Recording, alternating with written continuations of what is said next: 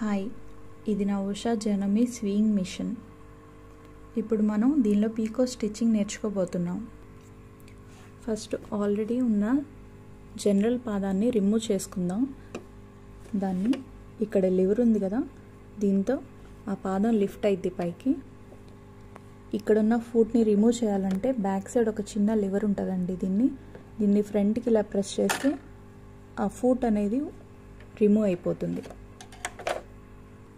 Next మనం పీకో పాదం తీసుకుందాం. దీనికి ఇలా కర్వ్ షేప్ ఉంటుంది. దీని ద్వారా మనకి పైపింగ్, పీకో చేసుకోవచ్చు. ఈ పాదాన్ని ఇప్పుడు మనం ఫిట్ చేసుకుందాం. ఇక్కడ చిన్న హోల్ ఉంది కదా, ఆ హోల్ మీద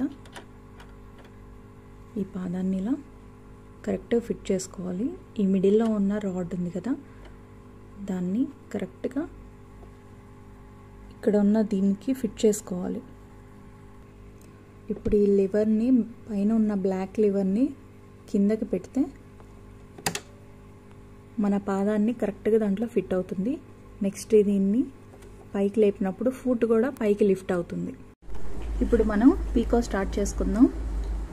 దీన్ని ఈ సైడ్ అంచుని చిన్నగా కర్వుల్లోకి అందించుకుంటూ వెళ్తే మనకి వెనక పీకో నీట్గా పడుతూ ఉంటుంది.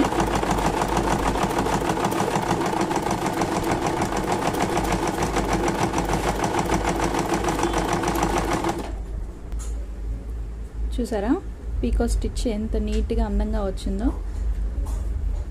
ఇలాగా ఈ మిషన్లో ఈజీగా వేసుకోవచ్చు అండి. This is the picot stitch.